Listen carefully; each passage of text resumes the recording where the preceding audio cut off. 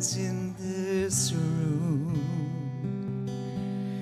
There's a presence I can feel in this place. There's a spirit moving through us, alive in every face. It's the very light of God. There's a light that shines in this room, and we live and move in its glow. There's a spirit moving through us, a faith of who we are. We are the light, the very light of God. We are the light, the very light of God.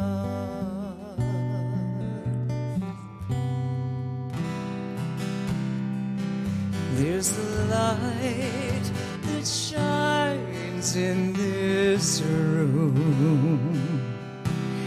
There's a presence I can feel in this place. There's a spirit moving through us, alive in every face. It's the very light of God.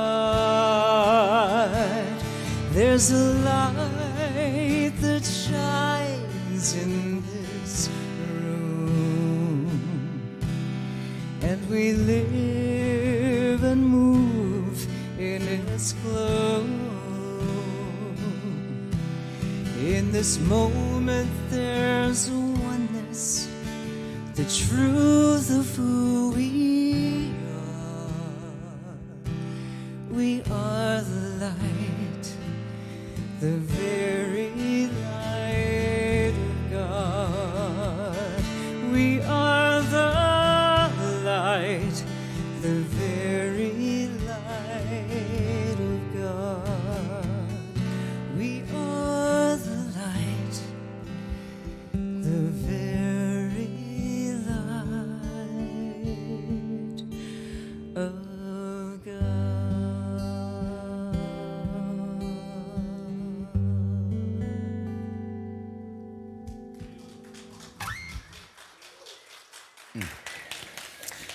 The one and only Lisa Nadeau, y'all. Thank you. Thank you for sharing your gift with us. So grateful. How's everybody doing? Nah, for real. How's everybody? Sometimes we experience waves in our ocean of life, and sometimes we get caught up in that process. I understand that completely. There's so much energy flowing around in the world right now. I don't know if you've noticed, but there's a lot of opportunities to forget our soul. And we're in this May series, The Frequency Shift. And I wanted to share with you some of my thoughts today around, this is sort of a two-part from last week where we talked a little bit about resonance versus resistance. And today I wanted to look at reaction, or moving from reaction to response. And I've said this before, reaction is essentially the same energy just pushed back in the opposite direction. Whereas response, I like the word responsibility. Because I'm a word nerd, if you look at the back end of the word, you see ability, which is power, and you see respond on the front end. So it's my ability to respond. And that's the difference in responsibility versus reaction. And I wanted to look at how we can tune that in differently. And it just so happened that the algorithms had a visitation this week for me with Dr. Bruce Lipton. And it's interesting because I hadn't looked him up in a long time. I used to, especially when we first started seeing a lot of the talk around the biology of belief and understanding epigenetics and all of the beautiful discoveries that have been made through quantum physics. I did a lot of research back then, but it's been a minute since I had done that. And so it was interesting that the algorithms would present it to me because I hadn't looked them up in a while. And you guys know how algorithms are, right? Whatever you've been looking up lately, it starts to feed you all of that.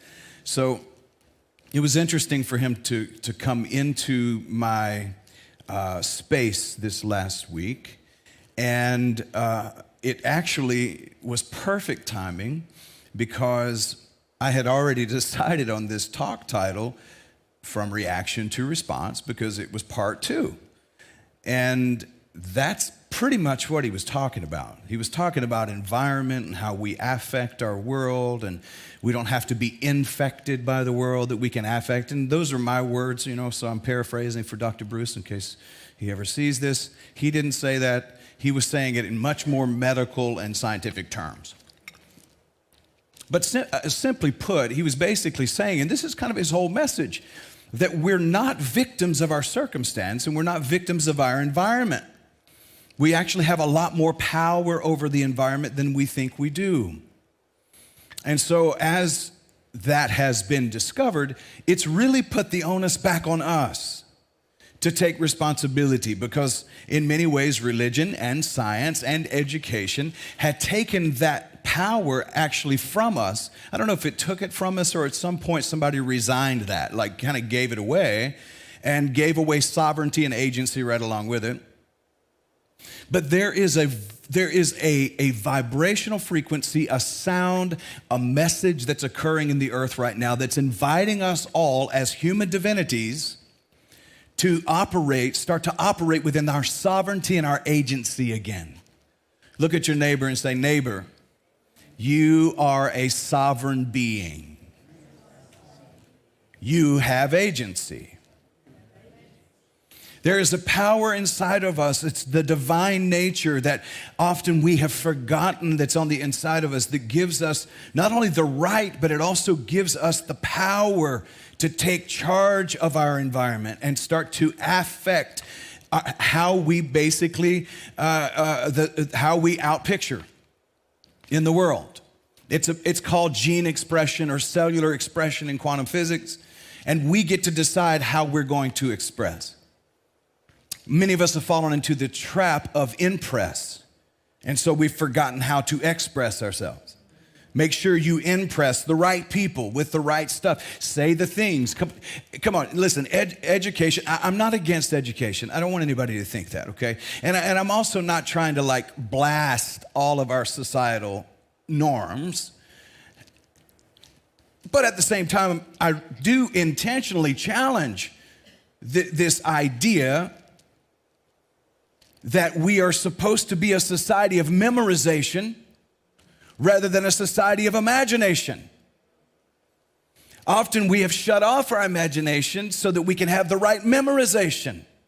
And we've gotten ourselves caught in loops. And in those loops, we have essentially created a society that I think most of us in this room would agree is just not that hot.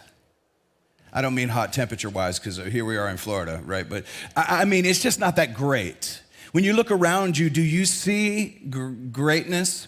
Or do you see some really mediocre slave mentality belief systems? Am I the only one that when I look out and I see how in many ways we're arguing at this point, fighting for our limitations? Because somebody will say to us, all right,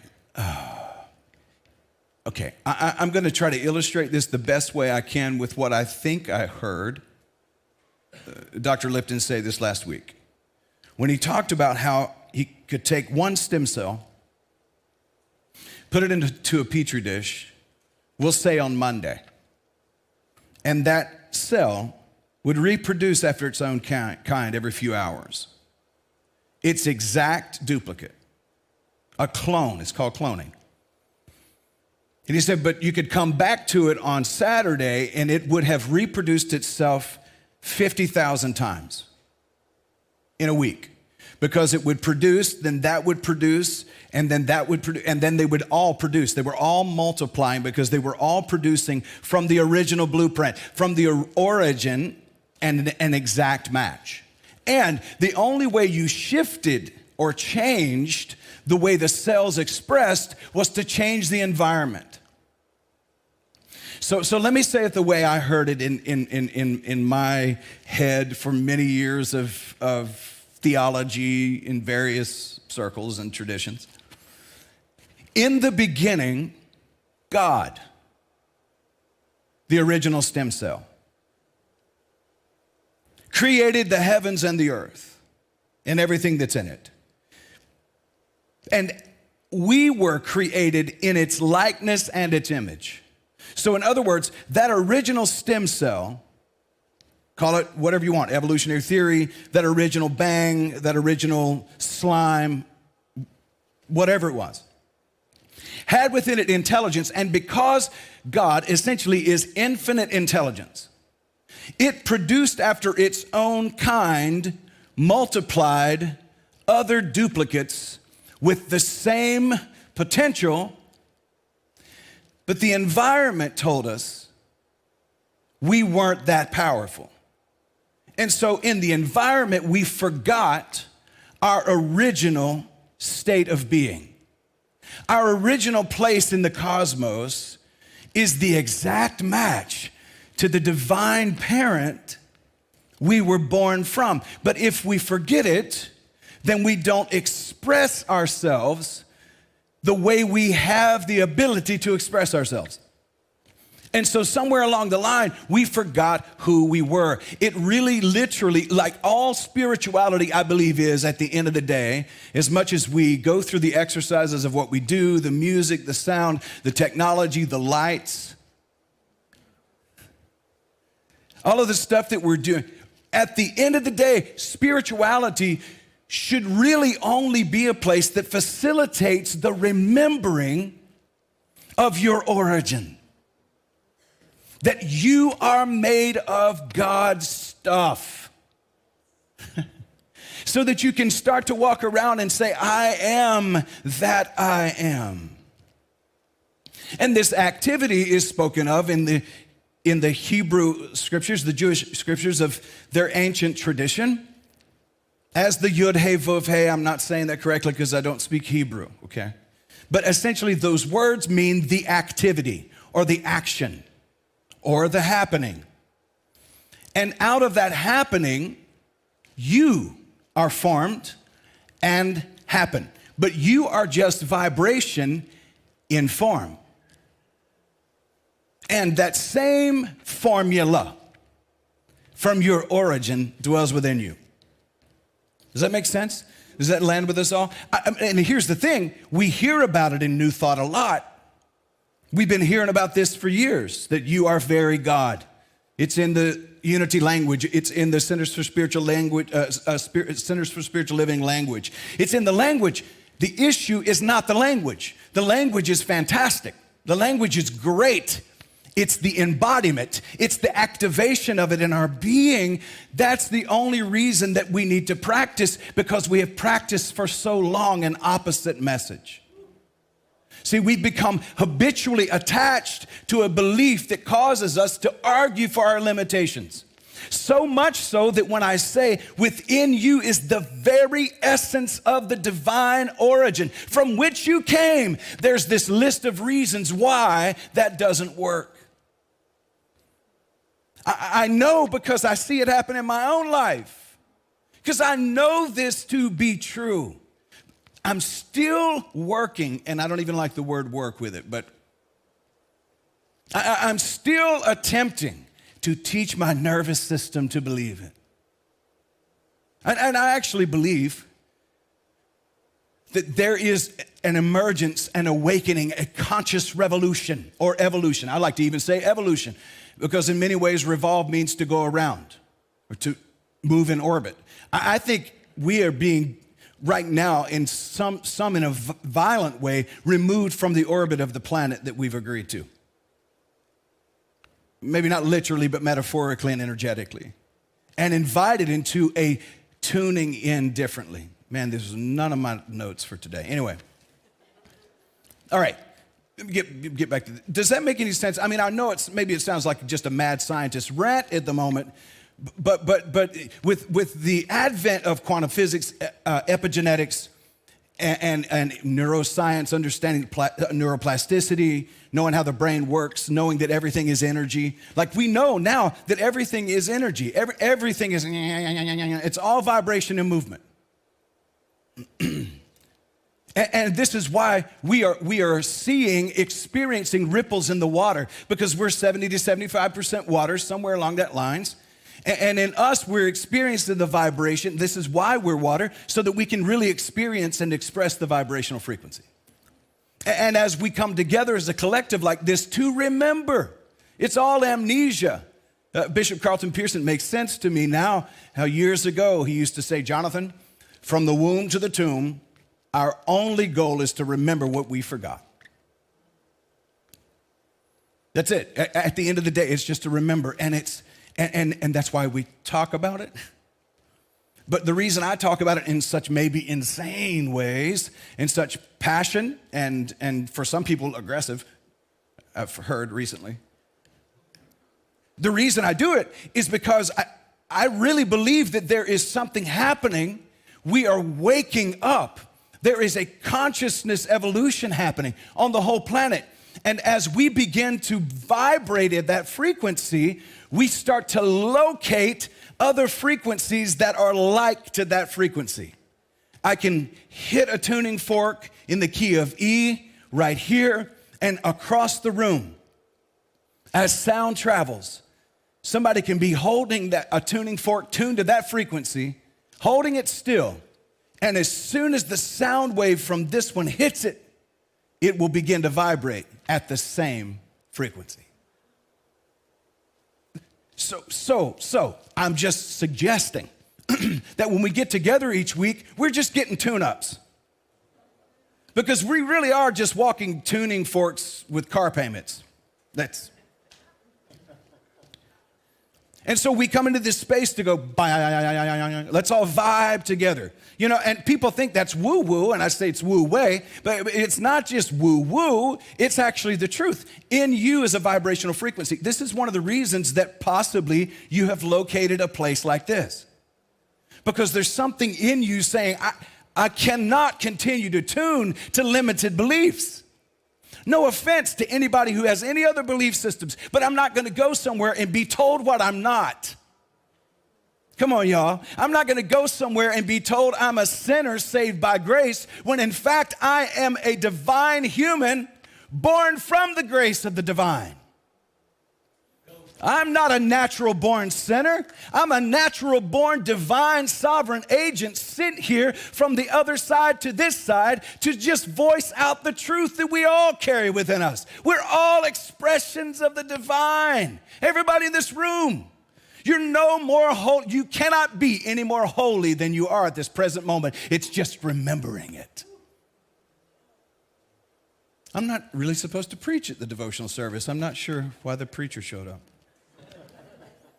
Well, last week we talked about resonance over resistance. We said, can we move from resisting to resonance? We talked about how life changes not through force, but through tuning in, attunement. We talked about how the ocean does not fight the tide. Trees don't strain to grow. The Tao Te Ching, as we said, does not force the river and suggests that we not do the same. That life moves with a rhythm. The Celtic mystics, that's my tradition. Maybe this is why I rant. It's a Celtic Scotsman thing, isn't it? What I got to tell you? I even have the kilt. I tell people I'm guilty as charged. The Celtic mystics believe that the soul forgets itself when it loses its rhythm with creation.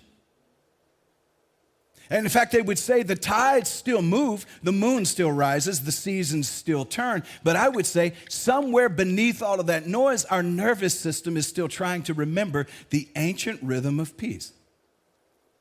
This is why there's a return to nature, a return to the mother. This is why there's a return to the divine feminine. Come on, ladies in the house. And come on, men who have connected to that divine feminine. Oh, I love her. Johnetta is so great. I've named her. She's wonderful. Actually, I think she named herself and told me. But we explored something important. We said, whatever you resist internally gains more external. Because Carl Jung said, what you resist not only persists, but it expands or it grows. Resistance creates friction and makes us more susceptible to fiction, the lie. It tightens the body, speeds up the mind, causes that mind. I don't know about any of you, but I don't need extra gas for my mind. So I'm learning to stop resisting because it doesn't need extra gas. It's already fast. It's already loud enough. But resonance teaches us how to stay connected to ourselves even while life is moving. We're not collapsing, we're not controlling, we're not fighting reality every 5 minutes before noon. Some of us have been exhausted, but not because life is happening. We've been exhausted because internally we're arguing with every single moment that shows up. Traffic, politics, your ex, your inbox, your mother-in-law, Mercury retrograde. I got to fight with that today. What is wrong with me? The planets. Oh, they have a plan. Some of us just fighting with the self-checkout at the supermarket. Asking, if you're hired here, why do I have to do your job? I saw somebody the other day arguing for that. So we're arguing. So because the thing is, resonance is not passivity, it's alignment, but so many of us have been taught to work hard. And it's learning how to meet life without immediately going to war with life. So that's what we talked about. Today, I want to go just a little deeper for just a few moments. Because if humanity, check this out, is going to understand the universe, we're going to need to understand frequency. And not just intellectually, but I think we're going to need to learn it experientially.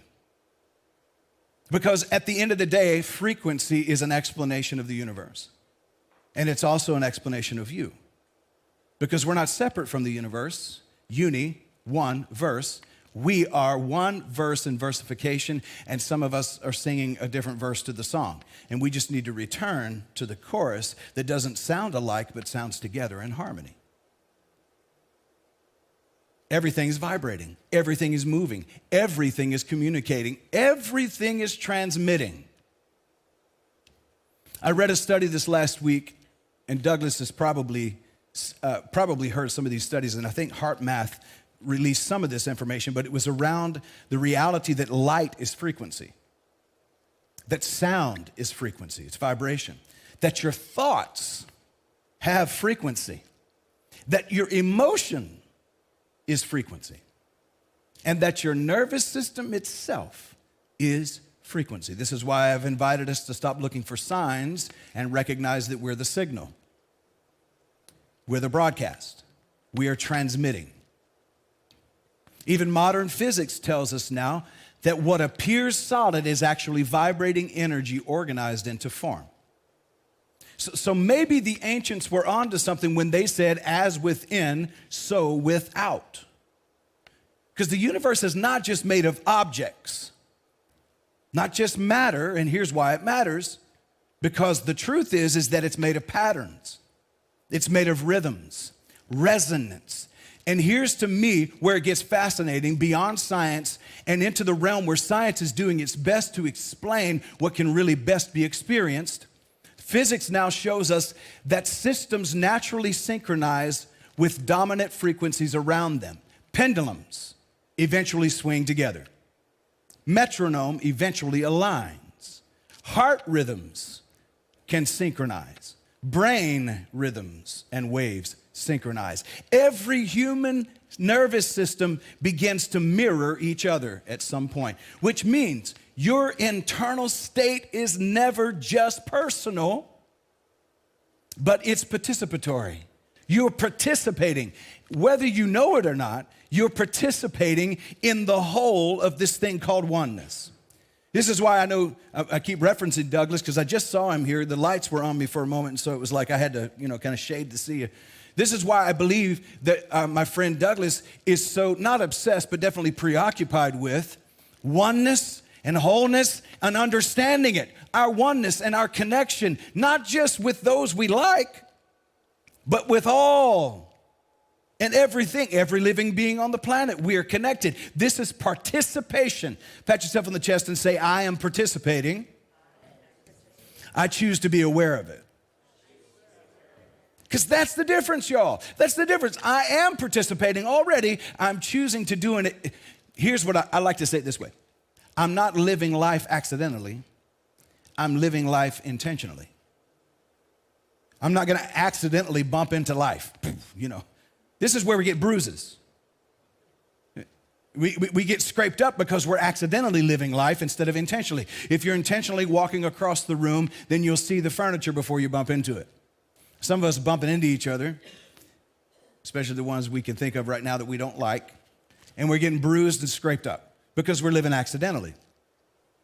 But you are affecting the field around you at all times. That's why anxiety spreads. Did you know that peace can spread too? Fear is contagious. Of course it is. We see that. It's being used very well. Psychological warfare. We're experiencing it right now at a high level.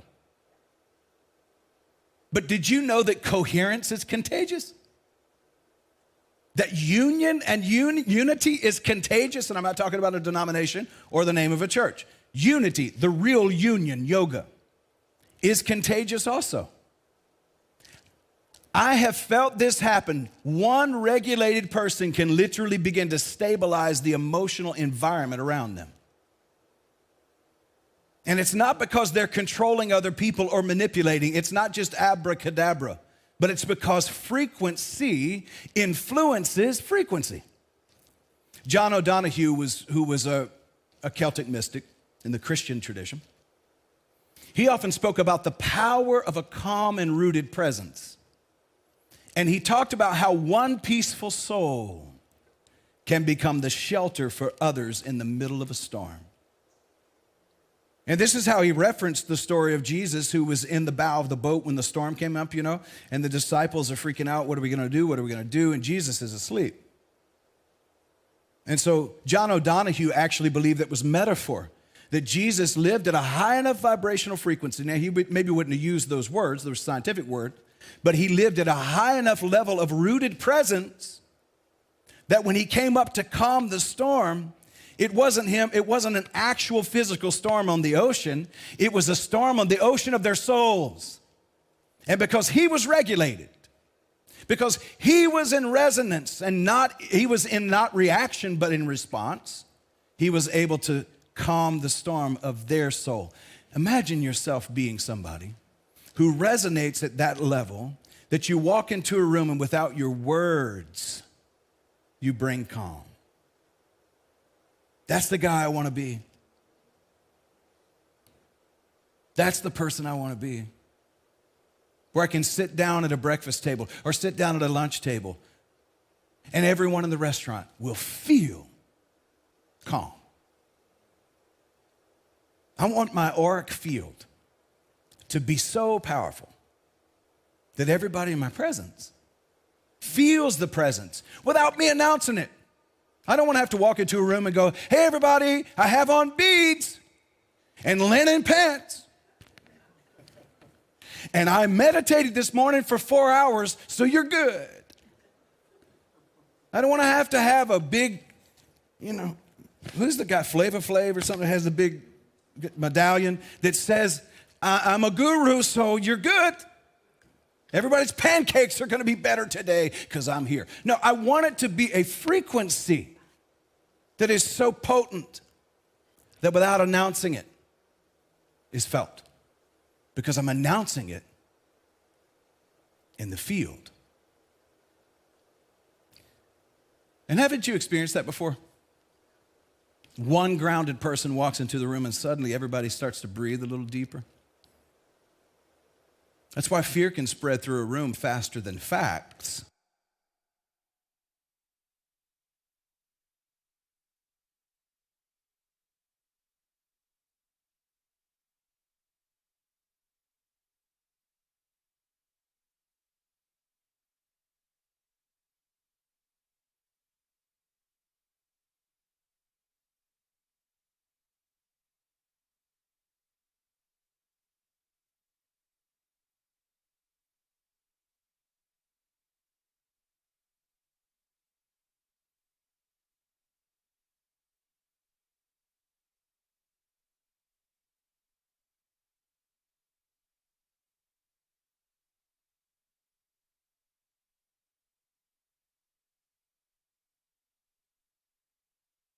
Dooms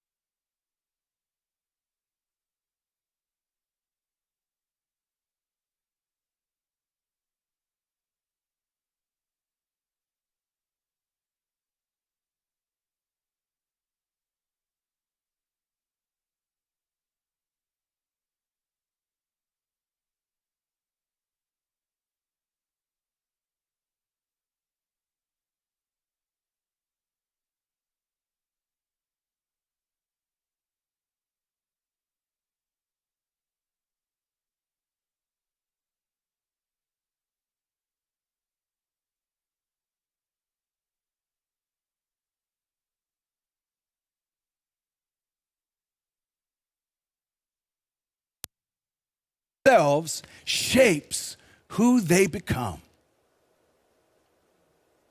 Now, I've told you before that I wondered why it said in that tradition, thinking in the heart. But in the Hebrew thought, we're back. In the Hebrew thought, the heart wasn't just the mechanism that pumps blood or merely the station of emotions. It was the inner seat of consciousness, intention, perception, and ultimately identity. So the reason the writer of the Proverbs says, as one thinks in their heart, is because that's the space where the seat of consciousness is, where intention is. And Heart Math Institute would say, that is the heart brain sending a signal into the quantum field. And what you send out, you get back. So as one thinks in their heart. See, that's why this matters, because your life does not only move according to your intentions, it also moves according to your regulation. Your regulation is based on your belief system. which is built by what you consume. As one thinks, so are they.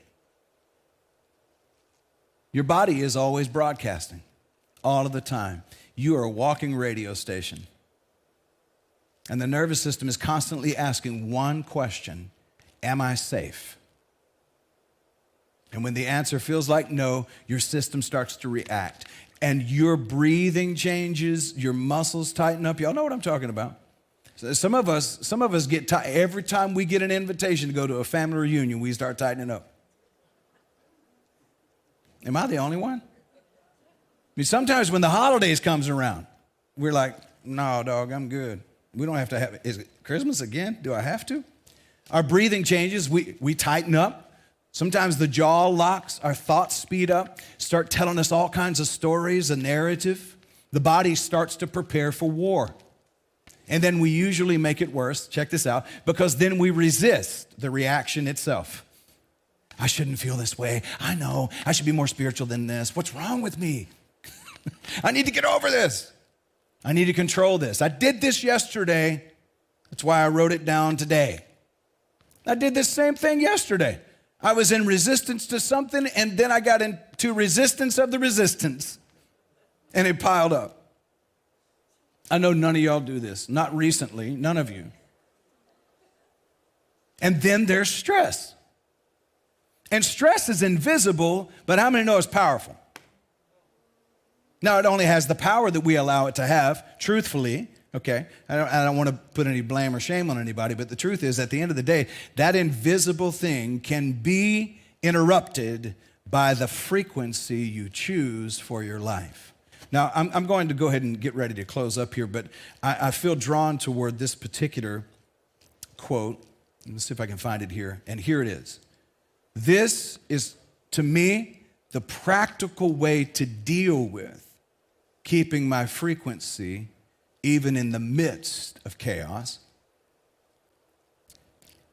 And I don't even hear the voice of God or the divine or sacred demanding 100%. But can we do this more when we practice this more? The answer is yes. The answer is yes. And it doesn't mean that when we don't, that something is wrong with us, and the worst thing for us to do is to go into self-judgment. But it's to, as quickly as we can, bring ourselves back to the center. This is what meditation's for, back to the center. This is what deep breathing is for, back to the center. Viktor Frankl wrote this. Anybody familiar with Viktor Frankl? You know who Viktor Frankl was? You know, he was in concentration camps, the Nazi concentration camps, and was asked later, wrote many wonderful things, was asked later how he held it all together while being starved, being tortured, the constant fear of death, but maybe even worse, living and being tortured. And he was asked, how did you hold it together? One of the things that he said that is so powerful, and this means that we can do this, even in the circumstances we're currently in. Because can I say that it might be $4.70 a gallon for gas, but not a single person in this room today woke up inside of a concentration camp not sure whether or not you would be tortured again today. And I'm not trying to make us feel ashamed, but can I say the chaos we're dealing with and the fear that we're dealing with is a little different than that imminent danger that Viktor Frankl was dealing with at his time. So a deep breath in to acknowledge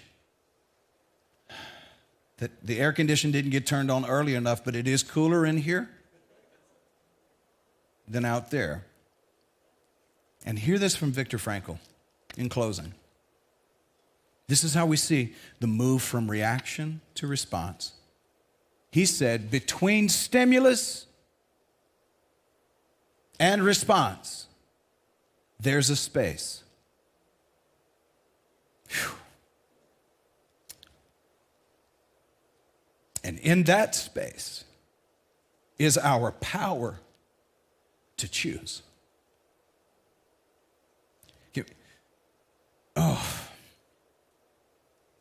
Between stimulus and response, there's a space. And in that space is our power to choose.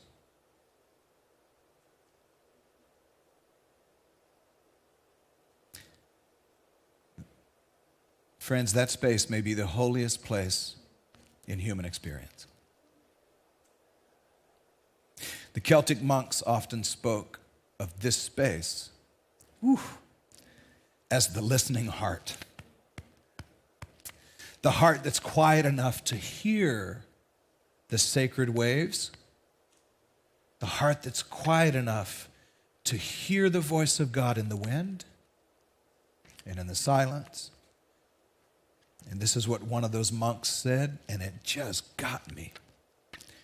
This space, the listening heart, is quiet enough to hear the voice of the divine, even in the ache of being human. This is us not forgetting our soul in the midst of chaos. Because at some point this week, something's going to happen. Someone's going to disappoint you. Somebody's going to text you something you didn't want to see. There's an argument that's going to start, a memory that's going to get triggered, and immediately the body wants to react, get defensive, go on attack, maybe withdraw.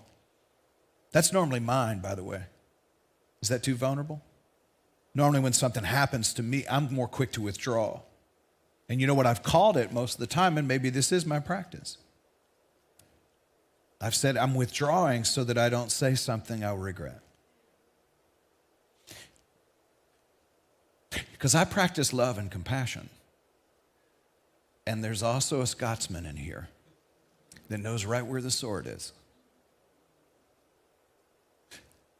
But in the midst of that, can I let go of trying to control and not collapse?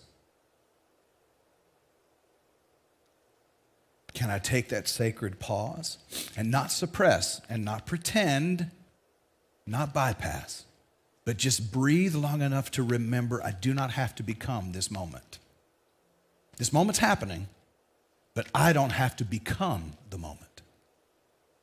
Because to me, that's what changes the frequency. So I leave you with this blessing. May you trust your breath again. May your nervous system remember it was never designed to live at war with life. May peace return to your body in the quiet and the ordinary ways. Like rain softening dry ground. Like morning light touching the sea. Like firelight warming an old stone room. May you become rooted enough that urgency no longer controls you, gentle enough that love can still reach you, present enough to hear the deeper rhythm underneath all the noise. And may you remember that calm is not weakness, peace is not passive, that presence is power tuned accurately. And so it is. And so it is. Thank you. I love you. I'm grateful for you. So taking this moment now to just breathe in deep, feel the surface beneath you. We'll just do a 3 to 5 minute meditation here. And then Kathy's going to come and share with us our announcements for the week. But in this moment, allow yourself to sit in what you've heard today and in some way how it affected you, maybe where you felt it in the body. But for a moment, just feel the surface beneath you, how you are held. You are held. You're not even having to hold yourself.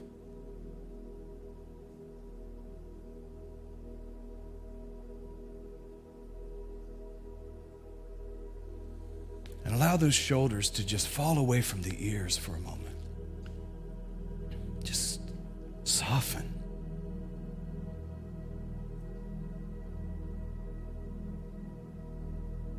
Allow the forehead to just soften in the cheeks, maybe the small muscles around your eyes to just loosen.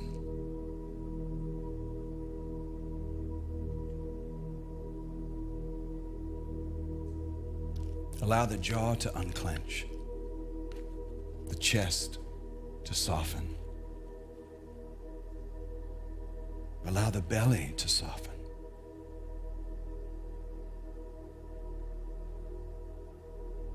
Intentionally soften into this moment.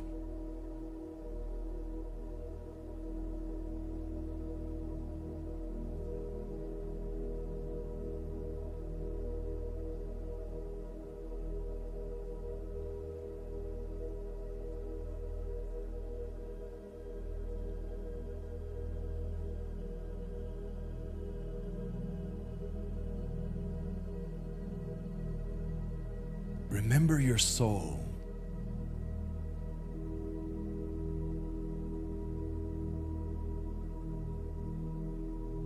Remember that you are a divine being.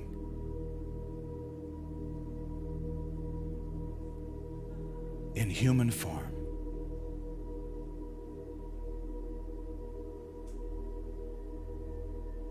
Remember that you are energy and frequency, extending out into the world.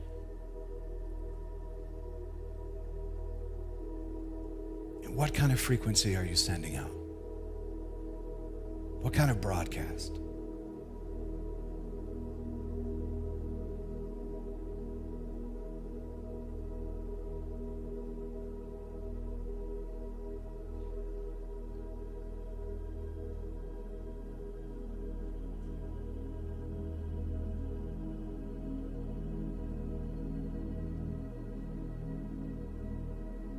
Take a deep breath, if you would, into the heart space. And exhale.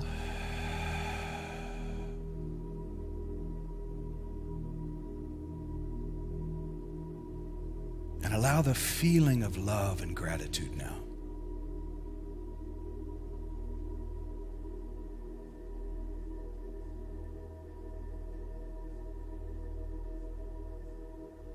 Feel the sensation of love. Invite the senses into gratitude.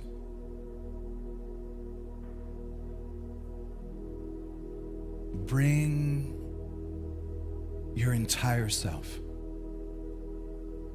into vibrational coherence with love and gratitude.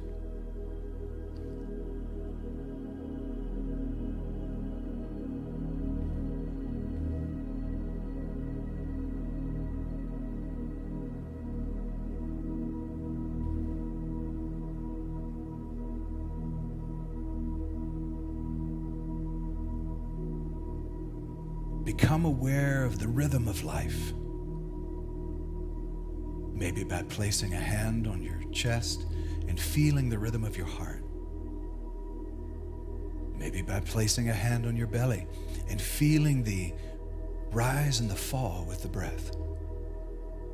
Either way, feel the rhythm of life.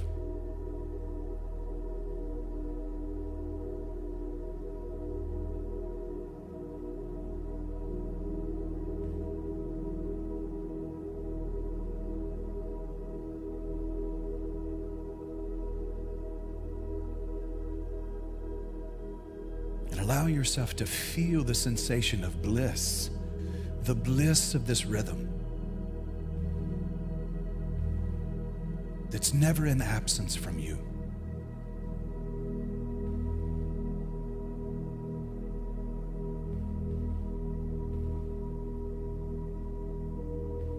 And now allow this loving awareness, this appreciation, this gratitude, this bliss now to begin to move throughout your body.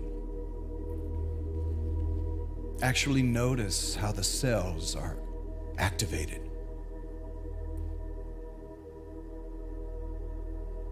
As the cells in your body come into alignment with this higher principle.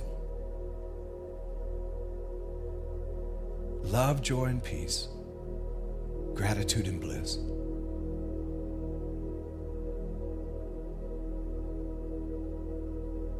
I'm choosing these as my frequency.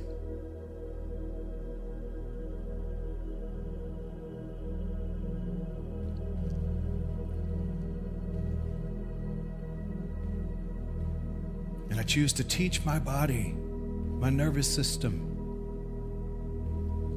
to take full advantage of that sacred moment between stimulus and response.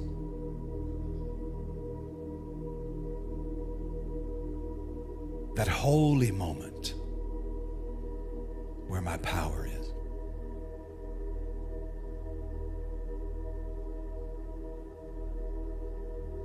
And so one more wonderful regulating breath in through the nose. And exhale through the mouth.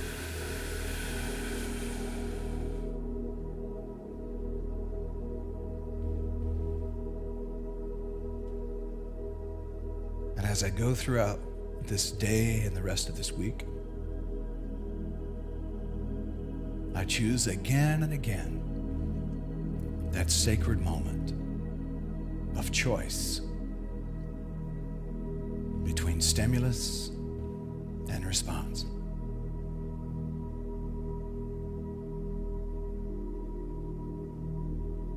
I choose that as my habit, to slow down, to breathe.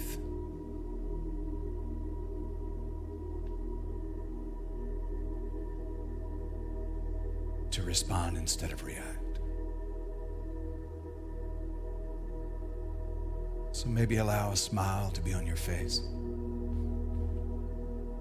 If you feel comfortable doing so, begin to feel once again the surface beneath you. Maybe your feet on the floor. Maybe stretch if you would like. Move the fingers and the toes. Allow yourself to come fully back into this room. And do this if you would. Just wrap yourself in a beautiful hug. You know you give the best hugs. Just hug yourself. Ain't you all beautiful? I love you. I'm grateful for you. Kathy, if you would, share with us our announcements for the day. I'll get this podium moved for you.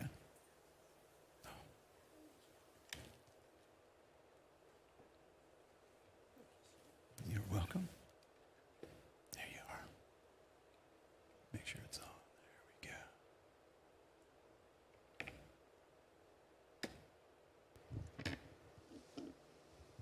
we go. Good morning, family. It's really awesome to see all of you this morning. And I know we have a few new folks. If it's your first time here or first time back, would love to get to know you. At the welcome desk in the back, we have a gift and a get acquainted card. So come and see us. And we'd love to get to meet you. Wednesday night meditation will be in here at 6 p.m. And this week is Mari. Mari, yeah. And so there will be some chairs to be seated, but there's also room to bring your mats, pillows, and just get comfortable on the floor. Save the date, St. Pete Pride. We'll have a booth at the Pride March Festival on the 27th of June, and we'll be loading in at 10 a.m.